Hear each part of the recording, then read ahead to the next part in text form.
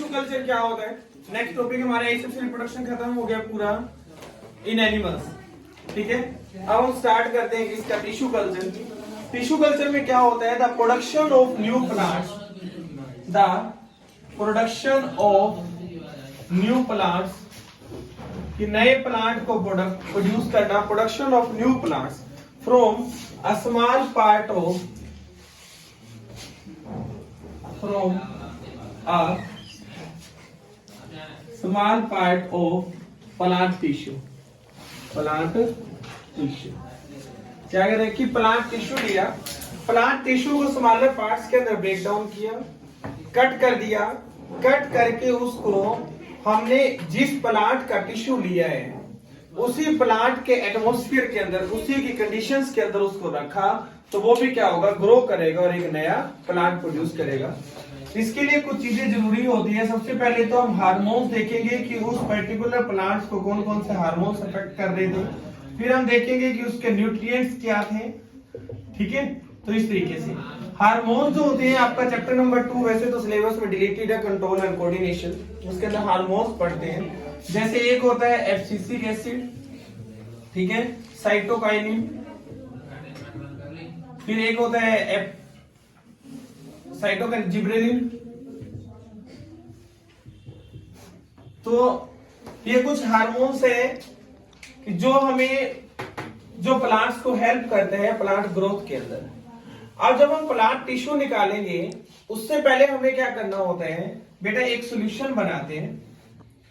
इस सॉल्यूशन के अंदर हार्मोन सारे प्रेजेंट है ये, ठीक है। एक सॉल्यूशन और बनाते हैं जिसके अंदर सारे के सारे न्यूट्रिएंट्स प्रेजेंट है, सारे के सारे न्यूट्रिएंट्स। अब ये क्या करते हैं हम? जैसे हमने देखो प्लांट, ये एक प्लांट था, ठीक है, हमने क्या किया, उसके कोई जो एक टिश्यू जो ग्रोइंग टिप था, मान लो यहां से हमने टिश्यू निकाला, ठीक है, इस टिश्यू को अंडर माइक्रोस्कोप स्लाइड के अंदर ऊपर रखा, उसको स्टडी किया क्या ये टिश्यू लिविंग है या नॉन लिविंग। टिश्यू लिविंग भी होना चाहिए, ठीक है। माइक्रोस्कोपिक स्टडी क्यों की जाती है? क्योंकि टिश्यू जो उसकी स्ट्रक्चर को पूरा देखने के लिए वो माइक्रोस्कोपिक स्ट्रक्चर होती है। उसको क्या करेंगे, जो इस पे टिश्यू रखा उसको स्मॉल पार्ट्स के अंदर हम क्या कर लेंगे? कट कर लेंगे, ठीक है। अब इस स्मॉल पार्ट्स को कट करने के बाद माइक्रोस्कोप के अंदर ही कट करेंगे देख के, क्योंकि हमें देखना होता है कि कहीं टिश्यू को हम सही कट कर रहे हैं, नहीं कर कहीं लीफ ही कट कर रहे हो, टिश्यू वही ना, उसमें टिश्यू हमने साइड में फेंक दिया हो। बिल्कुल माइक्रोस्कोपिक, अंडर माइक्रोस्कोप हम क्या करते हैं, उसको कट करते हैं स्मॉल पार्ट्स के अंदर। और जब ये, और उसके बाद हर एक पार्ट को हम क्या करेंगे? सबसे पहला क्या देखा कि small piece of plant tissue is taken from growing point of plant. जो प्लांट का ग्रोइंग पार्ट था उससे हमने क्या किया? एक स्मॉल टिश्यू निकाल लिया and placed on a style jelly which contains the nutrients and plants hormone. हमने एक जेली बना रखी है, एक पेटी डिश। पेटी डिश एक ट्रे टाइप होती है ऐसे, इसके अंदर ना हमने एक सॉल्यूशन बना रखे हैं जिसके अंदर क्या है? प्लांट हार्मोन है और साथ में क्या है? जिसके अंदर nutrients.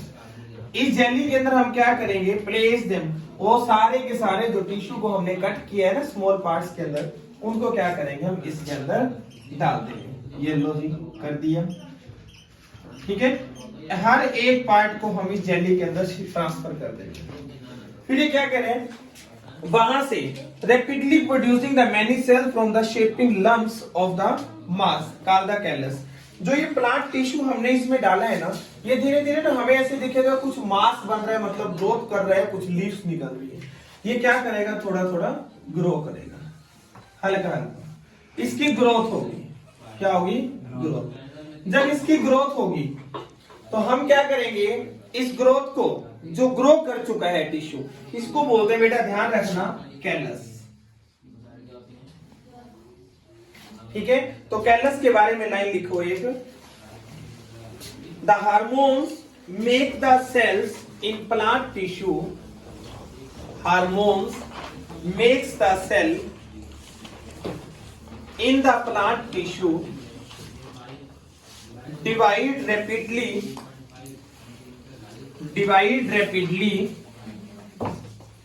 producing many cells, divide rapidly producing many cells which form a shapeless lump of mass. Shapeless lump of mass. Shapeless lump of mass called callus. इसको क्या बोला? callus. Then फिर ये क्या कह रहे हैं? The callus is then transferred to another jelly. देखो हमने क्या किया, जो ये जेली बनाई थी ना, ये हमने एक पेटी डिश में और भी रख रखी है जिसके अंदर प्लांट हार्मोन्स है, येलो। और हमने क्या किया, जो ये कैलस बना, जो ग्रो हुआ था, हमने इस सारे कैलस को इसके अंदर ट्रांसफर कर दिया। ठीक है, जैसे इसके अंदर ट्रांसफर किया तो यहाँ क्या प्रोड्यूस होंगी बेटा? रूट्स। यहाँ कुछ कुछ इसकी रूट्स प्रोड्यूस होने लग जाएंगी। क्या प्रोड्यूस होंगी? रूट्स। देन ये क्या कह रहे थे? Callus with developed root is then put into another jelly containing the different hormones which stimulate the development of shoot. अब इसको हम क्या करेंगे, एक अलग बीकर के अंदर, जहां पे हमने फिर से जेली बना रखी है, उसके अंदर वो हार्मोन्स हैं जो शूट्स को, जो प्लांट की ग्रोथ करवाएंगे, प्लांट का साइज बढ़ेगा जी। इस सभी को हम क्या करेंगे, उसके अंदर शिफ्ट कर देंगे। ये लो जी, यहां शिफ्ट कर दिया और अब ये ग्रोथ होने लग रही है।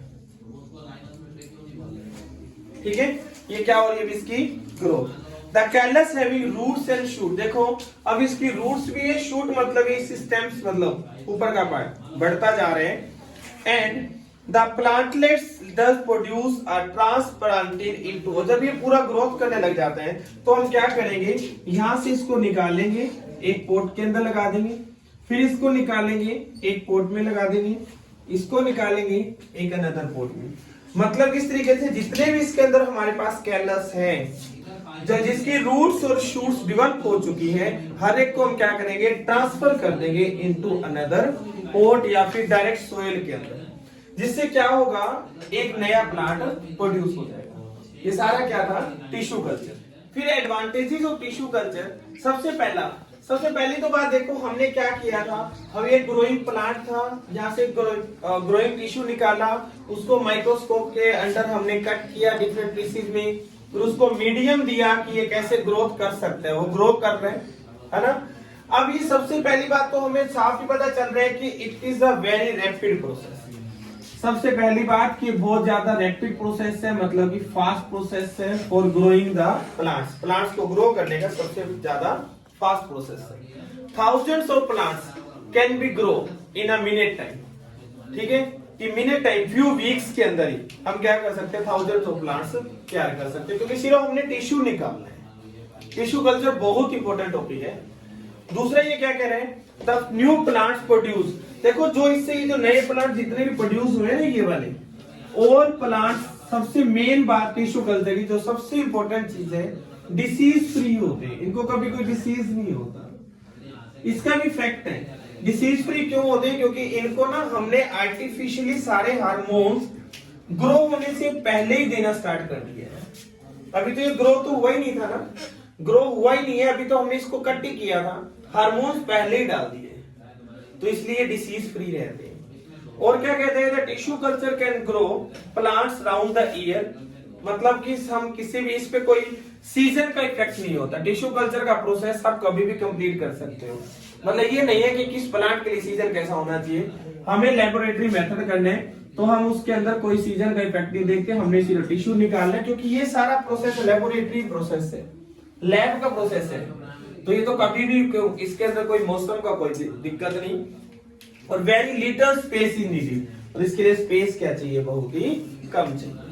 ठीक है, तो ये हमारा था पूरा क्या, tissue culture. Asexual reproduction usually results in the production of generally या जेनेटिकली आइडेंटिकल ऑफस्प्रिंग। देखो क्या कह रहे हैं, एसेक्सुअल रिप्रोडक्शन में, अब ये पेरेंट सेल है, ये न्यूक्लियस है, ये डीएनए स्ट्रक्चर है। एक्चुअल में क्या होता है, जो डीएनए स्ट्रक्चर है वो 2 मॉलिक्यूल्स के अंदर डिवाइड हो जाता है, 2 मॉलिक्यूल्स बन जाते हैं, एक से कितने बने, 2।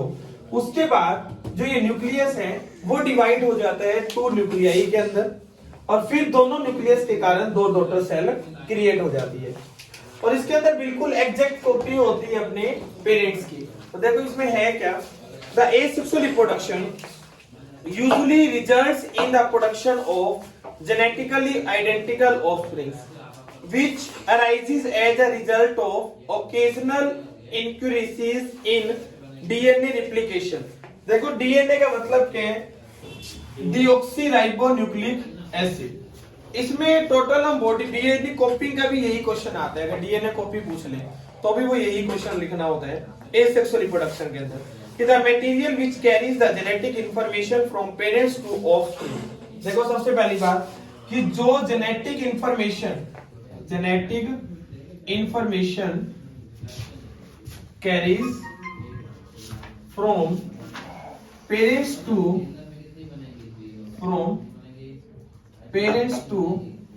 offsprings is called, वो क्या है, जेनेटिक मटेरियल डीएनए। ठीक है, वही जेनेटिक मटेरियल डीएनए। देखो डीएनए एक ऐसा मटेरियल है जो पेरेंट्स के कैरेक्टर्स को ऑफस्प्रिंग्स तक लेके जाते हैं। ठीक है, और DNA stands for deoxyribonucleic acid. वो क्या है, deoxyribonucleic acid and which is present in the form of chromosome. जो ये डीएनए है ना, ये किस टाइप का फॉर्म रहता है हमारे पास, क्रोमोसोम के फॉर्म में हमारे पास प्रेजेंट रहता है, क्रोमोसोम। ठीक है, and the division of nucleus into two identical daughter cell. देखो न्यूक्लियस का two identical daughter nuclei daughter cell के अंदर डिवाइड होना, the division of nucleus into two identical cells and each daughter nucleus has the same genetic material made up of because the replication of DNA. ऐसा क्यों, क्योंकि ये parent के DNA का ही replication हो रहा है, पेरेंट का डीएनए ही डिवाइड हो रहा है टू पार्ट्स के अंदर। पहले डीएनए डिवाइड हुआ है, डीएनए के डिवाइड होने के बाद न्यूक्लियस डिवाइड हुआ है, सो दैट उनके कैरेक्टर क्या है, सेम है। The new organism produced by one parent through the asexual reproduction are genetical identical. वो अगर जेनेटिकल बिल्कुल आइडेंटिकल है तो उनको बोलते हैं क्लोन्स। क्या बोलते हैं, क्लोन। ठीक है, क्लोन क्या होता है कि जो अपने the organisms produced by one parent through asexual reproduction, asexual reproduction के थ्रू जो ऑर्गेनिज्म प्रोड्यूस हुए अपने पेरेंट्स से, वो अपने पेरेंट के आइडेंटिकल है, उसी को क्या बोलते हैं, क्लोन।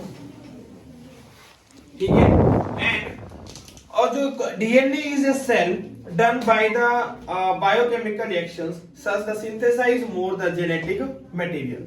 नो बायोकेमिकल रिएक्शन, उनके बीच में कोई भी बायोकेमिकल रिएक्शंस चेंज अलग नहीं बनती। And the importance of DNA replication क्या है, डीएनए कॉपी कि एसेक्सुअल रिप्रोडक्शन जो होता है ना, slight variations between the offsprings to their parent cell. तो ये सारा होता है क्या, डीएनए कॉपी। तो डीएनए कॉपी में देखो सिंपल सी बात है, अगर एसेक्सुअल की बात करें या सेक्सुअल की भी अगर थोड़ी बातें करें तो देखो अब हम हमारे पेरेंट्स से आए तो हमें पता है कि हमारे जो कैरेक्टर्स हैं या तो फादर से मैच होते हैं या मदर से, कोई गाय गधे घोड़े से तो मैच होते हैं एनिमल से, क्योंकि जो एक कैरेक्टर है, जो एक एनिमल है, उस एनिमल्स के कैरेक्टर ही अपने ऑफस्प्रिंग से मैच करेंगे, है ना। ये भी सारा किसके कारण होता है, डीएनए के कारण। तो डीएनए कॉपी एक्चुअल में है क्या, द इंपॉर्टेंस क्या है, the importance of the variation in the organism introduced during the reproduction is that helps in the species of various organism to survive in the environment, कि ताकि वो इस environment में खुद को क्या कर पाए, survive कर पाए। तो DNA copy in the asexual reproduction is that characteristics of parent organism। ये कहता है asexual reproduction की ये वो एक characteristics की बात कर रहे हैं, are transmitted in which the characteristics from parents or offsprings are transmitted to its offsprings and same time the some occasional variations are also produced। कि occasional variations क्या हो, produce हो। we will now describe, इसी के तरीके से हम ये बता सकते हैं कि वो अपने जैसे identical to their daughter cells, all organisms on the population living in that habitat are exactly identical। सारी पॉपुलेशन उस कैरेक्टरिस्टिक की, उस हैबिटेट की सारी क्या होगी, सेम होगी। क्यों, क्योंकि उन सभी का क्या है, डीएनए कॉपी है, डीएनए कॉपी मतलब कि डीएनए ही डिवाइड हुआ था, डीएनए डिवाइड हो के उनके फैक्टर्स क्या बन रहे हैं, सेम बन रहे हैं। यहां आके बेटा आपका ए सेक्सुअल रिप्रोडक्शन पूरा क्या हो जाता है, कंप्लीट।